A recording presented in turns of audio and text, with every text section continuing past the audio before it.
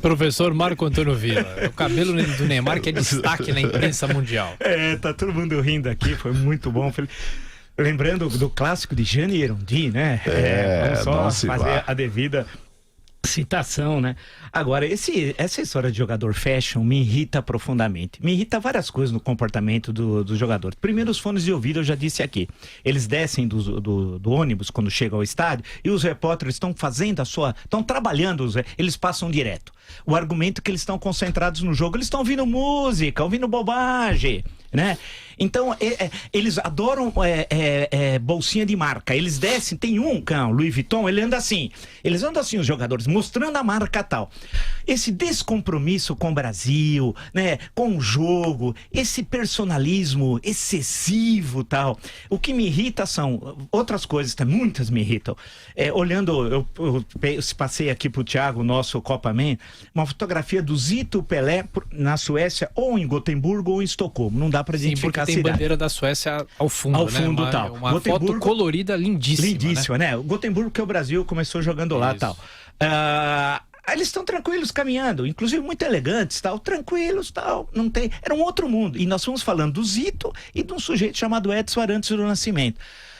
Quando a gente vê o comportamento do CR7 e do Neymar em campo, a gente vê o que é alguém comprometido com a sua seleção e alguém comprometido com seus cabelos, né? Que é realmente grotesco e tal. Então, eu acho que tem essa que foi o foco do Felipe Xavier, essa questão o Brasil sofreu 19 faltas, das quais 10 foram sobre o Neymar. Qual falta foi perigosa?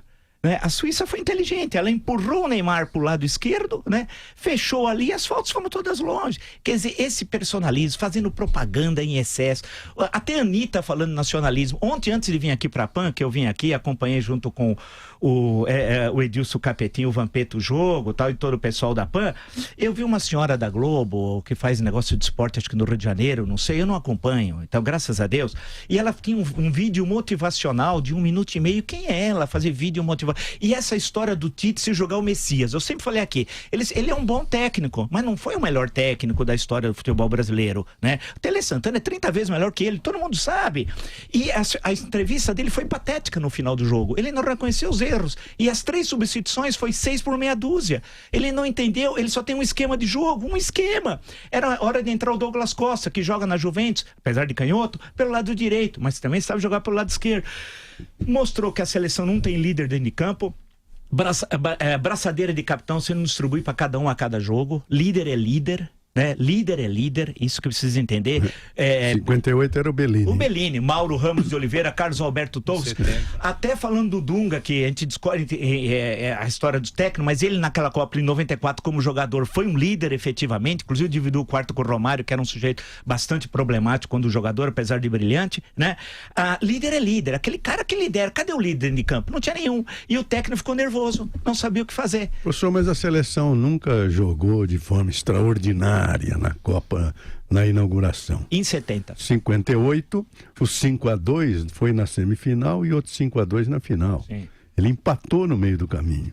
Então a seleção se forma dentro da Copa.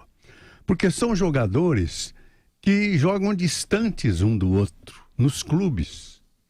Eles nunca se unem, se reúnem apenas durante a Copa do Mundo. Aí se preparam, mas tem o quê? 1 mês de preparo? 3 ou 4 coletivos. Então, é durante a Copa que o conjunto da seleção se forma. Sempre foi assim, professor. Em 70 é bom lembrar que é exceção. Vamos lembrar que 70, no treino de Irapuato, o Brasil foi execrado. Foi o último treino. Sim. Foi execrado. A seleção estava desmoralizada. E vou dizer para o senhor, o ânimo, o entusiasmo só nasceu na seleção brasileira em 70 por causa de um grande amigo seu, Paulo Maluf, quando deu os carros.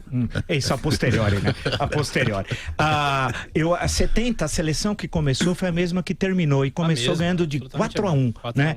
É verdade o que o Josival disse, mas em 62 começou ganhando também de 2-0, do México, né? E em 58 começou ganhando também. 3-0 da Áustria. Então, mas depois empatou, né? Sim, 0-0 e depois 2-0. E lembrar que em 94 também começou vencendo e tal. Mas a seleção se forma na Copa, porque são jogadores que um joga na Espanha, outro joga na França, outro joga na Itália. Quer dizer, eles estão distantes, completamente mas nós temos, distantes. porque nós temos dois tipos de torcedores: o que gosta de futebol e o que gosta da Copa. O que gosta da Copa nem sempre entende por que 22 jogadores estão correndo atrás de uma pelota, né? Fala assim, poxa, por que não dá uma pelota para cada um, tal? Então, tem aqueles que falam as coisas mais absurdas, tal, né? A coisa toda é que o que sempre me chamou, o que me irritou, e eu disse várias vezes aqui no Jornal da Manhã, é a empáfia do Tite. Achar que ganhou antes de começar o jogo, tal. E lembrar que do outro lado tem 11, que estudam. O técnico da Suíça foi muito bem. Cumprimentá-lo pela crítica que o senhor fez a esse exibicionismo pessoal, isso é verdade. Isso nos Jogos Olímpicos não existe, né? O atleta olímpico é outra coisa, né? Ele luta, ele fica desde cedo lutando por ganhar 1 milímetro a mais na sua marca. O dia inteiro dedicado a bater o recorde, a bater a sua própria marca. Jogador de futebol, não. Esse tá fora. O jogo é um complemento da vida. Não, é verdade. E uma última observação, desculpe, mas é que é um assunto do dia, né? O CR7, o compromisso que ele tem com a seleção. Então, como o Pelé tinha. O líder. O Pelé, o líder. depois do treino, ficava batendo bola. Ele é obcecado. Então, obcecado. E tem de ser assim, você tem de ser obcecado pela sua profissão. Você não tá lá só para arrumar os cabelos, etc, tal, as unhas, fazer tatuagem. Você tem que ter compromisso com o seu time. O compromisso do CR7 com a seleção por não jogou. A Espanha é muito melhor que Portugal. Inclusive a melhor seleção até agora é da Espanha, que a gente viu jogar. Mas enfrentou o monstro, né? Fez coisas incríveis. Quando ele bate aquela falta e empata o jogo no 3-3, uma coisa assim inacreditável. Quer dizer, o cara carregando o time, esse compromisso. Quer dizer, e a isso que a gente tem. expressão dele antes de bater a falta. Era um navegante português suplantando o Cabo da Boa Esperança. Era um Bartolomeu Dias, quase isso.